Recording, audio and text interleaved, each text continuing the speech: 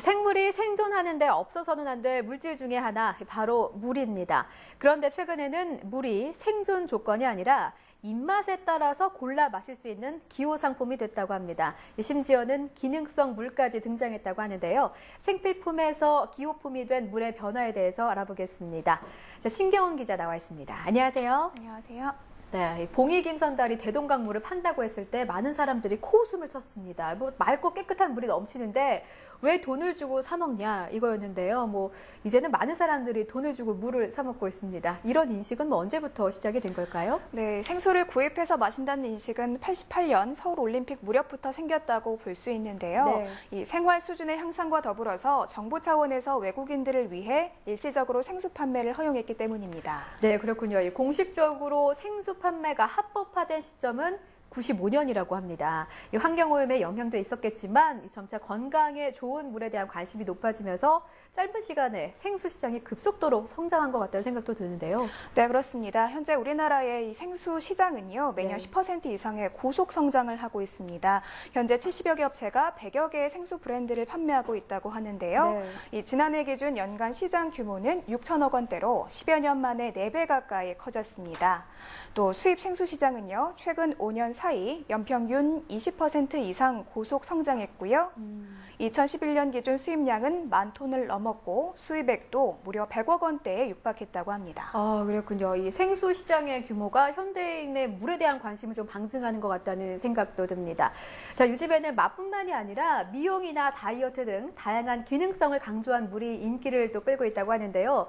이제는 물도 골라서 마시는 시대가 온 것 같습니다. 네, 맞습니다. 심지어 물만 전문적으로 판매하는 물카페, 또 워터바까지 등장해서 인기를 끌고 있습니다. 네. 또 소비자가 원하는 기능성 생수를 준비하거나 음식과의 조화를 고려해 물을 추천하는 워터 소믈리에라는 신종 직업도 생겼습니다. 전문 워터 소믈리에를 양성하는 교육기관까지 생기고 있다고 하는데요. 워터 소믈리에가 어떤 일을 하는지 직접 설명 들어보시겠습니다. 와인처럼 마찬가지로 워터도 이제 하나의 트렌드를 잡아서 요리나 어떤 기능성에 따라서 많은 소비자들이 거기에 맞춤 선택된 물을 원하시거든요. 근데 중요한 거는 물맛 감별사가 필요한 게 아니라 거기에 어울리는 물을 추천해 줄 수 있는 사람, 또 추천하는 사람이 서비스 능력까지 갖고 있는 사람, 그런 사람들이 필요하잖아요. 그래서 워터 소믈리에라는 신조 직업이 생겨났고요.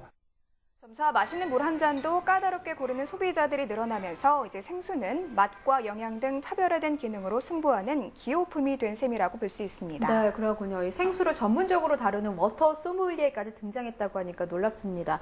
저는 그 물맛이 다 그 물맛인데 물맛의 차이를 어떻게 느낄까 정말 궁금해집니다. 그런데 이 맛있는 물, 좋은 물을 나누는 기준이 따로 있는 건가요? 네, 따로 있습니다. 우선 미네랄 함량, 물의 경도, pH와 탄산화, 또 오염도, 그리고 물이 제일 처음 생성된 시기에 따라서도 물맛이 달라진다고 합니다. 하지만 함께 먹는 음식과 또 물을 마시는 사람의 건강 상태에 따라서도 좋은 물의 기준도 함께 바뀐다고 할 수 있는데요. 좋은 물의 기준과 선택 방법을 알아봤습니다. 웰빙 열풍에 힘입어 인기를 끌고 있는 프리미엄 생수. 하지만 프리미엄 생수 시장을 바라보는 따가운 시선도 있습니다. 일반 생수에 비해 터무니없이 비싼 가격 때문입니다. 최근 한 조사 결과에 따르면 일반 생수와 프리미엄 생수의 단위 가격당 차이가 최고 180배에 달했습니다. 같은 브랜드와 같은 용량의 생수도 판매 매장에 따라 4배 이상 차이가 나는 것으로 나타났습니다.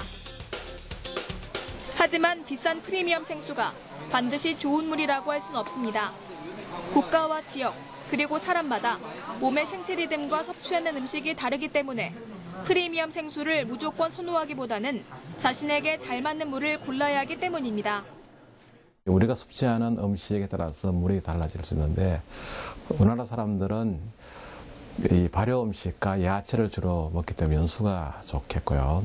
서양 사람들은 육식을 이제 주로 하기 때문에 탄산수가 있는 경수를 마셔야지 됩니다.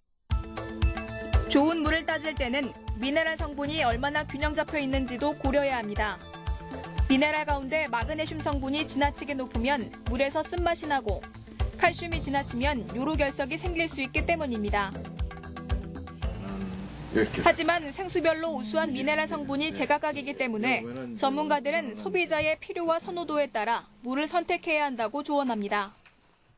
기능성 물이 꼭 뭐 좋다고는 저는 생각하지 않습니다. 자기 체질에 맞는 물을 찾는 것이 가장 중요하고 비싸고 좋은 물이 아니라 그 생수 속에 들어있는 미네랄 함유량에 따라서 내가 선택할 수 있는 그 좋은 물을 찾는 것이 가장 현명한 방법이라고 생각됩니다. 막연한 기대감을 갖고 비싼 기능성 물을 찾기보다는 자신의 체질과 입맛에 잘 맞는 물을 골라 꾸준히 섭취하는 것. 건강을 지키는 기본적인 조건이 됩니다. 네, 이 마시는 물도 상황과 체질에 따라서 좀 다르게 선택을 해야겠군요. 남들이 마신다고 해서 무작정 따라 마실 게 아니라 내가 선호하는 물, 나에게 맞는 물을 좀 골라서 마셔야 될 것 같아요. 네, 그렇습니다. 실제로 국내외 여러 생수를 대상으로 목넘김이라든가 청량감 등을 종합적으로 평가하는 블라인드 테스트 결과를 보면요. 네. 국내의 병입수돗물인 K-워터가 가장 높은 점수를 받기도 했다고 합니다. 꼭 값비싼 기능성 물이 맛있고 또 좋다고 할 수는 없는 거죠. 네, 그렇군요. 요즘에는 하루 동안 마신 물의 양을 확인할 수 있는 스마트폰 앱도 있다고 합니다. 뭐 하루에 8잔의 물이 건강을 위해서 좋다고 하죠. 저도 8잔 마시려고 많이 노력을 하고 있습니다. 좀 건강을 위해서 물을 가까이 하는 습관이 필요한 것 같습니다. 신경은 기자 수고하셨습니다.